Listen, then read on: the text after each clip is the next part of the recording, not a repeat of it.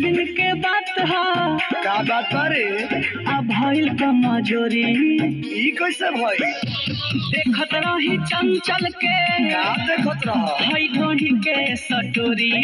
आई बा कोनो दे दा उपाय नहीं हमके बुझाए ई दवाई खाती कए गो जिला गईली। तोरा चक्कर में वीडियो कॉल पर हम हिला हिला के मिला गईली। तोरा चक्कर में वीडियो कॉल पर हम हिला हिला के मिला गईली।